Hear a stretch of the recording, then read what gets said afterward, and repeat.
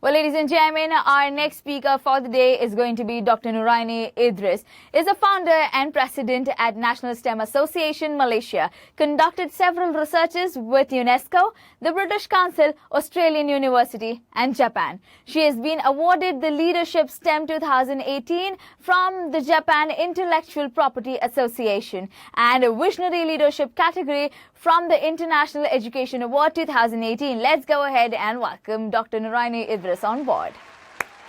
All right, a very happy morning in Saudi and a very happy afternoon from Kuala Lumpur, Malaysia. So today I'm going to share about the smart learning environment, how to enhance creativity and innovative thinking. I'm Prof. Noraini, founder and president of National STEM Association Malaysia. And then when we want to inculcate the STEM environment to enhance thinking, from my research and my team, we have came out that it's very important to talk about the STEM pipeline. We have to concentrate on the cradle to the career, in the sense that to create the positive environment in the STEM, we have to start as early as nursery. So we have to look at how's the environment from the family, from the peer and the community perspective, and then they will go on to preschool to develop thinking mind, and then the primary school, secondary and tertiary, and of course, career. That's why under my National STEM Association Malaysia, we're focusing on 4 group of targeted, which is the school. And then we also work closely with the universities and the polytechnic to enhance what they have learned, the smart learning from the primary school. And then, of course, is supported by the universities. And we work together also with the industries. And of course, not forgetting the community, the parents association, and so forth. Okay, so what is STEM here in our groups, in Malaysia? In 2016, we have defined our STEM as a discipline of knowledge consisting of science, where everybody has to be exposed on physics, chemistry, biology as young as from kindergarten. From a simple science basic, then they will accumulate to the higher level. And of course, mathematics as a bridge to all these things. So with all these concepts and all those pipeline, we be able to come out with a smart environment to make it more fun learning and so forth. And also now we know we are in the 4th industrial revolution. And if we can see from the past, complex problem solving, which is the industry wanted, and also globally, to face the challenges that we are facing now. And if we see the present, this is also the 4th industrial revolution skills that we're looking for to really support our smart environment, to make sure that our students, our graduates, our citizens are able to become a good problem solver. And then if we can see that the past, critical thinking is linked as number 4, but now he's been going to levels critical thinking for number 2. So this is where in Malaysia and also I'm sure other parts of the world, we would like to produce a lot of our students become the thinker. So because they want, the moment they become the great thinker, they be able to solve the problem solving. Then of course, the creativity is last time is number 10, but now it has come out to number 3. So this is all very important to really support the positive smart environment to make sure that the pipeline, the student as early as young, being developed to make sure that they become, they enhance their critical thinking and also the creativity. And then to enhance further creativity and innovative thinking, we have changed in our environment, in the school, in the co-curriculum activity outside, outdoor schools and so forth, from rote learning to experiential learning. And then the pre-structured academic now to a buffet learning, where we would like our students to be more versatile. They become, they can innovate. They can also come out with some innovation, even though they're in school. So what we do is that we link them with the industry to make sure that they have a fun learning. And then this is where the innovative thinking will be able to develop. And then, of course, lifelong learning here, micro-credential, broad, last time specialized knowledge, but now it's broad-based knowledge. That's why we package the STEM. Even we already start packaging the STEM's education at the school level. And then classroom learning now is a lot on online learning, especially we are facing our challenging now with the pandemic since March 2020. So similarly, what happened to other parts of the world, Malaysia, we also have moved a lot to online learning. And then similarly now, a lot of activity that enhance creativity and innovative thinking. While they learn, they also have some activity that enhance all this smart environment. Of course, the future skill, as I mentioned just now, and all these cognitive flexibility, digital literacy, and computational thinking, judgment and decision making, emotional and social intelligence, creative and innovative mindset. We need to encourage our students to think out of the box. That's why we are not only coming, the lecturers or the teachers are not only coming to the class to tell about the concept or the theory of the subject, but they have to link with what they're going to use all their knowledge in the future. So there's a lot of things to prioritize after this pandemic. We have to ensure that the children learn. And then, of course, now closing to the digital, but the challenging is the digital divides. In Malaysia, we have 14 states. We have rural, we have urbans, but the digital divide is happening there. But like the government is putting a lot of budget to help all to make sure that they'll be able to close the digital divides, to be learning online, and not only online to just to listen, but as I mentioned earlier, that they have to be interact to enhance the creativity. All right. So some of the best practices in STEM that preparing for the future, this is the key concept of our smart classroom. We have to relook at our teacher education program. We have to make a flexible education, and then the assessment, the creative content, game-based learning, gamification, and so forth. All right. So as I mentioned also earlier, that we following closely the STEM pipeline. So we are encouraging, and we want our teacher, educator, our professors at the universities not coming to the class by just sharing the theory where the student not able to visualize what they're going to use. With the help of a lot of technologies now, we would like them to talk about, to use the real world issue. Like now, the pandemic, the health issue. How is all this health issue will be able to relate it into the mathematical classroom, for instance. Like when we learn about mathematical modeling or regression, to predict, for instance. So while learning all this mathematical modeling in the classroom, they be able to relate it in the real world issue. So this is the way now the STEM lesson in Malaysia, where we want them to, it's already happening. Some of the classes that they start with the real world issue, they identify the problem, they encourage the student to do research, provide solution, they design the solution, create prototype, and then test, evaluate, and redesign. So, this is the things that we encouraging them so that the smart environment is vibrant, is flexible, and the students are fun in learning of the science, technology, engineering, and mathematics. So these are some of the examples here.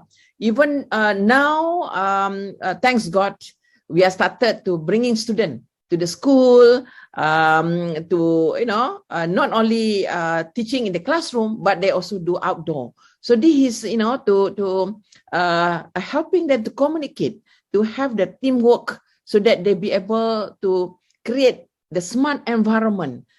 Because as human beings, we are not only learning individually, but as a team. So this is where we are very fortunate now. Our country has started to bring students to the school, to the kindergarten, in the universities, so that there has a lot of hands-on activity to enhance the creativity and also the creative thinking. Yes, most of the universities have their STEM center. Like this one example is a University of Malaya, where I'm attached to as an advisor to our University Malaya STEM Center. So we brought in students to the center to create the environment for their creativity, to use like a lot of recycled materials. This also related to the concept they are learning and so forth. Yeah. And not only that, we not forgetting the technology like calculator, graphic, to be used in helping them learning to make decision making. All the calculation, all the graphing is done in the graphing calculator, the technology and so forth in the classroom. But the student, they will solve the problem and present their solution. This is also helping the decision making. For instance, if we want to ask them whether to want to buy the house in the area A or area B, with certain type of data that have been collected, then they can use the graphing calculator to calculate using the mathematical concept or the scientific concept or the technology and so forth, and then they'll be able to interact and make a decision. And of course, we also in Malaysia, we go into this creative gardening. We have agriculture courses, not only in the university, but also we have trained them from young. One of the active university in Malaysia, University Malaysia Sabah, under my good friends, Dr. Koni, she is the head of early childhoods in Sabah, the east of Malaysia. So we have a lot of these activities with the children. Last time, some of them we instruct through online. So we have seen some of these vertical garden, the wall of mushroom, and then the tires, and all this. So all this creative gardening make the student, they are the one that plan it, they are the one that experience it. So make this interesting, make this the physics there, the chemistry, how to make the soil fertile, and then the fertilizer. So all this, the smart environment, the encouraging environment will get the student to explore further. And this is what make a STEM really fun for them from as young as possible. And of course, as they grow bigger, then we started to encouraging commercialization on their invention and their product, and we patent it. So this is the way forward that we are looking now. So that last time when we come to the school, we just learn and memorize and we got a grade. But now we want them to have, the creativity is there, the innovative is there, and then they'll be able to use it, whatever they learn in the classroom. So the environment is really very encouraging now. Okay, so we also encourage all these smart the environment. We also conducted a program called Mentor-Mentee Science, Technology, Engineering, and Mathematics. This is STEM.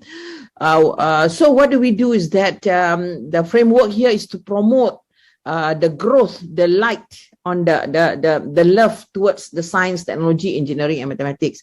I think data has shown that a lot of study show students don't really like to do STEM now. STEM subject. We are looking more for engineering, especially like using technology.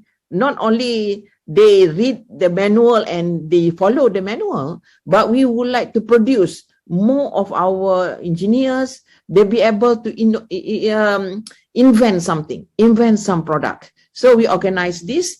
In Malaysia, we organize mentor-mentee, where the mentor is from the university students, but the mentor is trained by the facilitator, which is from the professors at the universities in the related area with STEM. And once the mentor is ready, so every mentor will be looking and to encourage the smart learning 5 mentees from school. So all this been engaging and then been monitoring. And we have conducted this project since 2015 to 13 public universities in Malaysia. We have 20 public, so 13 has involved in our project, and we and then 5 from the private universities. So we see that the environment is there, the human relationships through mentoring make it strengthen the creativity of the student from the university and also from the school. So this is some of the example that the student came to the university, they experience doing the experiment, how did they learn, and they then they see a better view about technology and so forth, right? And then this is also some of the example that on agriculture that using artificial intelligence to see the school, the universities have several has some land, so they're encouraging the student to do to practical with coding with augmented reality and so forth. So they really enjoyed the smart environment here to enhance creativity and innovative thinking that related to STEM has been successfully conducted. All right. And we also are very fortunate. We have a project called Mini Theater STEM that encouraging our rural area students to like STEMs.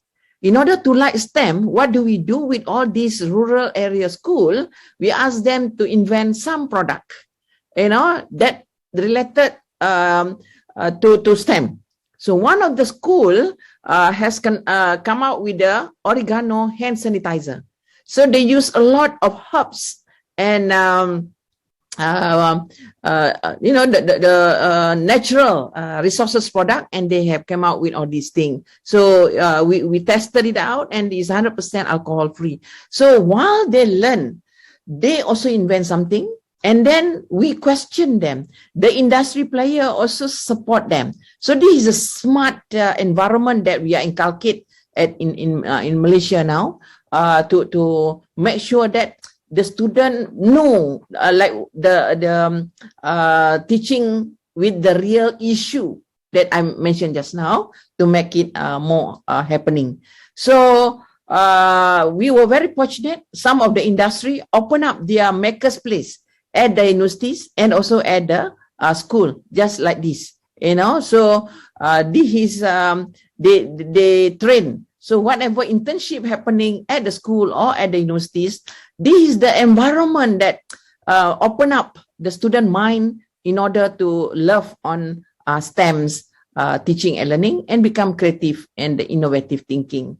All right. So we have series of workshop with the community and the students to partner with our universities. And then, as I mentioned just now, we have a lot of excited young scientists attending our workshop to know more details and so forth. And we also have several competition where the student invent something like what is shown in this picture to make sure that several positive smart environment is happening to make sure that the student are able to explain the concept of STEMs to the public. All right. So the learner center environment is very, very important. So this build up the confidence of the student, assessment-centered learning environment, and then the student not only become active learners by accident, but they are structured to guide, to come up with some innovative project. Effective teacher engagement is very important, and the use of ICT now. And as I in the STEM pipeline earlier, we develop our young children with logical thinking if we encourage them to think as reason as early as possible. All right. So in my conclusion, we have to explore and employ various pedagogical approaches to improve the outcomes, and we have to seek partnership with the industry. So it's already happening in our smart environment in Malaysia, and we have to review and redesign curricula led by the high value added industry, and select appropriate enabling technologies that innovative pedagogies to ensure that graduate skills are relevant. So with that, thank you very much, and I'm willing to answer the question. So thank you.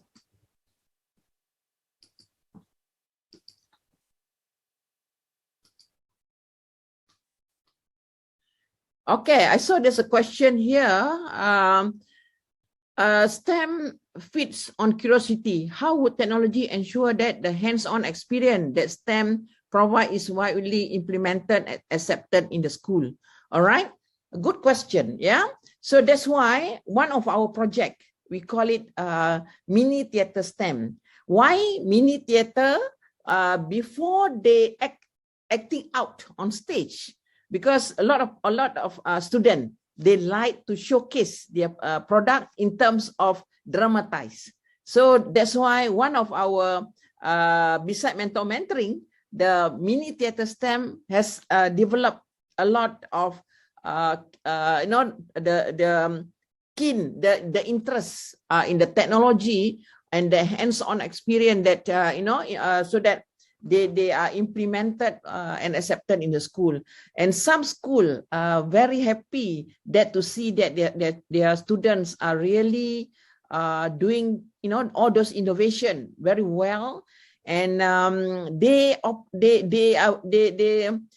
set up one class into a STEM makers place where the student can come there using the technology available, and then the hands-on activity with the helps of various teachers, and sometimes the expert parents in the STEM also come to the school and helps this. So we are very fortunate, and then that's why all this smart environment is really important, so that all this hands-on activity and the love towards STEM is there. All right. And then the second question, STEM feds on curiosity. How would technology ensure that the hands-on experience that STEM provide is widely implemented and accepted in school? And then, as I said just now, we work like National STEM Association Malaysia. We work closely with the industry. All right. So that's why the industry also come to the school. They work together, and then like the makers place just now, they put it at the school level. So this make them the school implemented, and then this the student be able to explore, and then they also become intern at their industry places beside what is being there in the school level. So that's the importance of the STEM pipeline. And then we have Ministry of Education that forcing on the school, and then we have the Ministry of Higher Education that foresee universities, and we have a Ministry of Industry, Ministry of Human Resource, and the Ministry of Science and Technology. So these 5 ministries in Malaysia, we work hand in hand to help to make sure that the concept from cradle to career has been successfully implemented. So it's been well accepted, and then we were very fortunate to have a lot of people, students now started to see the role of science, technology, engineering, and mathematics, the importance, and the parents also we invited to support them. So this is why the objective, the main aim, the formation of National STEM Association Malaysia, the four community that as mentioned, which is school, universities, polytechnic, industry, and also community. We work hand in hand to make sure that the smart environment, to make sure that the students are continuously cared, and then they be able from young scientists to become the future scientists, and inshallah one day it could be the Nobel laureate to help our country. Thank you. All right, so I have one more question here to see. What do you see as the most pressing challenge in undergraduate science and mathematics education today, and how STEM education can help them? All right. I mean, of course, the technology keep on changing. Yeah. So the curriculum at the university level, we need to revise more often. So this is the challenging facing at the university level, to make sure that the undergraduates in science and mathematics education today is really following the latest trend, the latest technology. So that's why under National STEM Association Malaysia, we make sure that the universities and the industry, we work hand to hand continuously. And then so that they be able to know what's the latest technology is involved now, and how, what do we do. And then, but at the same time also, if we see OECD report, they said that we not only focusing on the technology, but we also must make sure that they be able to humanize. So the balance between humanizing humans and technology, this is also another pressing challenges with the undergraduates now, because they sometimes they come to the universities, the undergraduates, they thought when they learn whatever the professors is telling them, the project they are doing is sufficient, but it's no. So that's why now this is also another area that we are started to relook, to make sure that all this challenging, to make sure that that's why we organize the project mentoring, to make sure that they open up their mind, they are not only stressed with their study, and stressed when whatever they study not being able to use for their future career. So this is the things that we have to do. We have to work hand in hand together. And then how can STEM education helps them? Definitely. Now, with the latest technology around the STEM education, how the technique of teaching is no longer like those were the days where we come in, we see the theory, we memorize and all this thing. No. Now, if you can see a lot of countries like in Singapore or Finland or Germany or UK and so forth, the project, what I've seen is that the project is given to the undergraduate by the professors and also the industry. So they come up with the latest, in the science, in the STEM education, the latest invention and innovative, and also to inculcate the thinking skill. This is the way forward that they are doing. Indefinitely STEM education. Now I see a lot of helping, not only in school, but also at the undergraduates. All right. Any other question?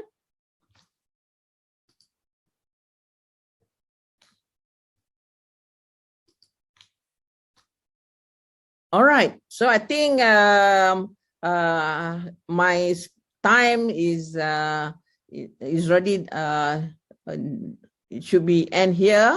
So thank you very much for all, attending this talk, and also the question that you have posed. So thank you very much, and looking forward for further collaboration. And feel free to email to me or to visit our website and to suggest further ideas and collaboration. With that, thank you very much.